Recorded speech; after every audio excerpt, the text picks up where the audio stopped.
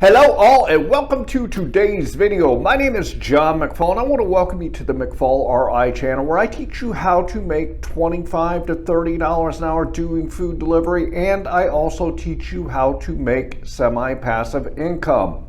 In today's video, I want to go over 4 different things that you can do when you're working on DoorDash, Uber Eats, and GrubHub, and you're out there in your market doing food delivery so that you can stop wasting so much time, because one of the biggest things that we have against us is time. I can remember back when I first started doing food delivery, I literally went to one place every time I went out to do it. I sat behind one restaurant, I waited for the best order to come in, and I would grab that order, and once I grabbed it, I would take it and deliver it and drive it back to that one restaurant and wait for the next one to come in. I can tell you, based on that, I was wasting so much time when I was out there doing food delivery, and I was not making very good money because so much time was wasted. I was literally sitting anywhere from about 30 to 40% of the time doing absolutely nothing. So in today's video, I want to give you 4 different tips that you can have so that you can stop wasting so much time when you're out there. Before we get into the topic, I do want to remind you that down here in my description, I have some great tools for you. The one I want to talk to you about first is going to be my metric spreadsheet. And I'm going to throw a copy of it here on the screen so you guys can take a quick look at it.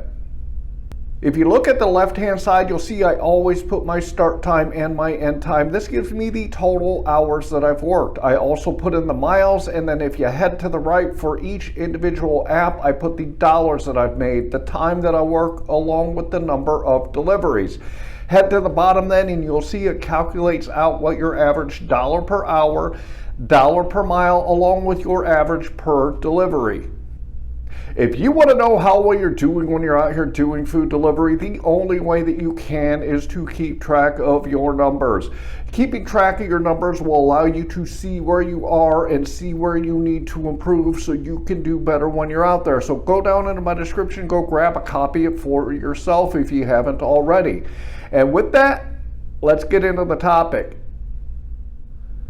So the first thing that I want to recommend to you guys when it comes to doing food delivery is stop waiting on the best orders when you're out here. If you just sit and wait for the best orders to come in, you're going to be sitting idle so much that you're not going to be making the income that you could potentially make if you don't. I know that a lot of people out here on YouTube will tell you to wait until you get, the $7 orders or the $8 orders. Some say you got to get the orders that are double digits, $10 and above. I'm going to say that if you are out working in your marketplace and you get an order that is a good dollars to time, is good dollars to mile, and you know that you can get in and out of the restaurant very quickly, don't be afraid to take those $5 and those $6 orders, and don't just set yourself up with a standard that tells you that you can only take a certain dollar amount, because this is not the case. And if you took a lower dollar amount, you could possibly make more dollars per hour because you're not sitting there doing absolutely nothing. I know a lot of people say that if you take those lower dollar orders that it costs more because you're not making as much money, and you're putting in the time and you're putting in the gas and you're doing all of that. But at the same time, if you take an order that's going to take you 10 minutes from pickup to delivery and it's paying you $5, well, if you do that, that means that you're making $30 an hour. So really take a look at your strategy when you're out there. And I'm not saying take a whole bunch of lower dollar orders, but what I am suggesting is if you are sitting idle and wasting time, it could change if you set your standards to where you take a look at the situation on that particular day, at that particular time when you're out there, and don't be so hard set and steadfast on your rules so that you can make the most money. The second thing I'm going to suggest is when you're out here doing food delivery, be aggressive. And By aggressive, I don't mean to be an asshole or anything like that. What I'm saying when it comes to being aggressive is when you get to a restaurant, don't just go into the restaurant and stand there and wait for somebody to acknowledge you. I have seen so many people out here doing food delivery in my marketplace, and they pull into a parking spot, they kind of lethargically walk into the restaurant, and then they go into the restaurant and they just stand there and they don't do anything until somebody says something to them. If you want to do well at food delivery, you have got to go out of your car as quickly as possible, get into the restaurant as quickly as possible, and once you get in there, don't just stand there waiting on people to come to you. If you've been doing this at all, you know when you go into some restaurants that they will completely ignore the front counter now. Since COVID has hit, the dynamics of going into restaurants have changed. I went into a McDonald's last night and I went to get my order. There was literally 5 people standing there waiting either to place orders or to pick up orders. There was a couple of DoorDash people. There were a couple of regular customers, and the people that were working in the back, they were not paying attention at all to the people that were at the counter. So my point in this is when you go into restaurants, don't just walk in there and wait for somebody to come to you to see what you're there for. Go in there, go right up to the counter, get somebody's attention. Don't step in front of other people that are in line, and don't be shitty to the people at the restaurant, but walk in and wait your turn and then go right to the counter and tell them why you're there and who you're there for, because they sometimes will take and do orders in the way that they are received rather than who is actually in there. And maybe your order is sitting there and they've already prepared it, they just got to bag it, and if they know that you are there, they will get on it so that they can get you out the door. So make sure when you go into a restaurant you are aggressive.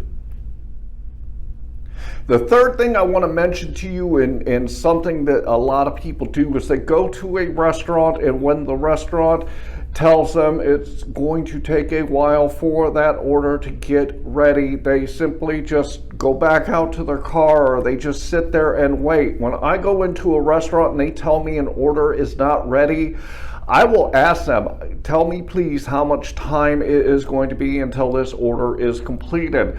A lot of times they say, well, we're really backed up. It's going to take 10 or 15 minutes to get it done so we can get you out the door. And I don't sit there and wait. If I hear that it's going to be longer than about 7 or 8 minutes for me to get an order, I will give that order back to the platform, because I'm not going to sit there and wait for the order to be prepared and sit there for 10 or 15 minutes waiting on an order, because my time is my dollars.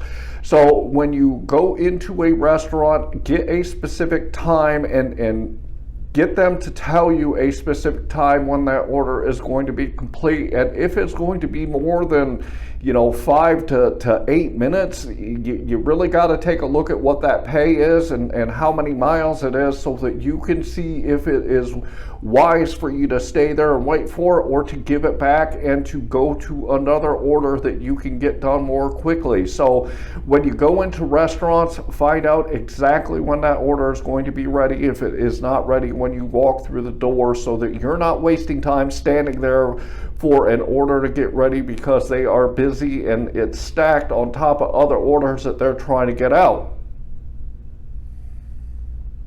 The fourth and the final thing I want to talk to you about is multi-apping.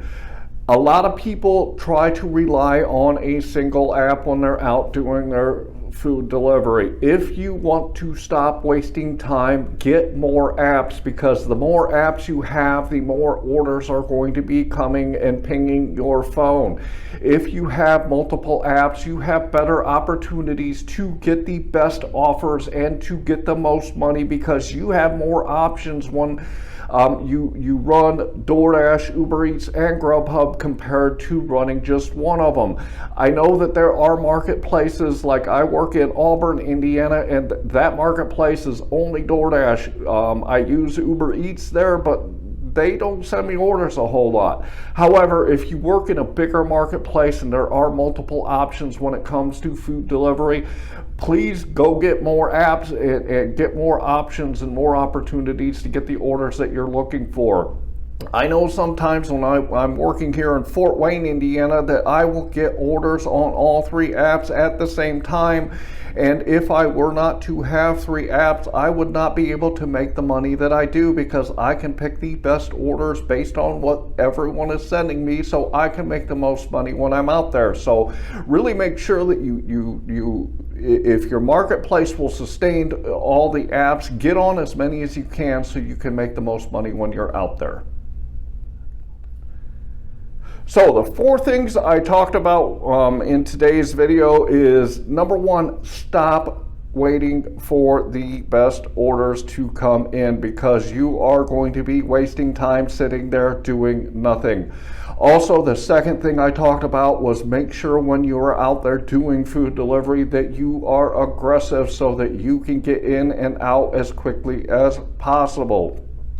The third thing I talked about was giving orders back to the platforms when you know that it is going to take too much time for you to stand and wait for them.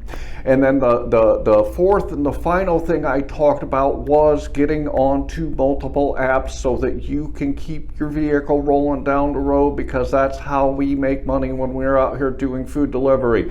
I really hope that you enjoyed today's video and learned a lot. And I want to remind you, head down into my description, go grab the metric spreadsheet if you haven't done so already. I also have some other great tools in my description, which are the Beans app and SimplyWise and QuickBooks Self-Employed. These are a few great tools that I use on a daily and a weekly basis when I'm out here.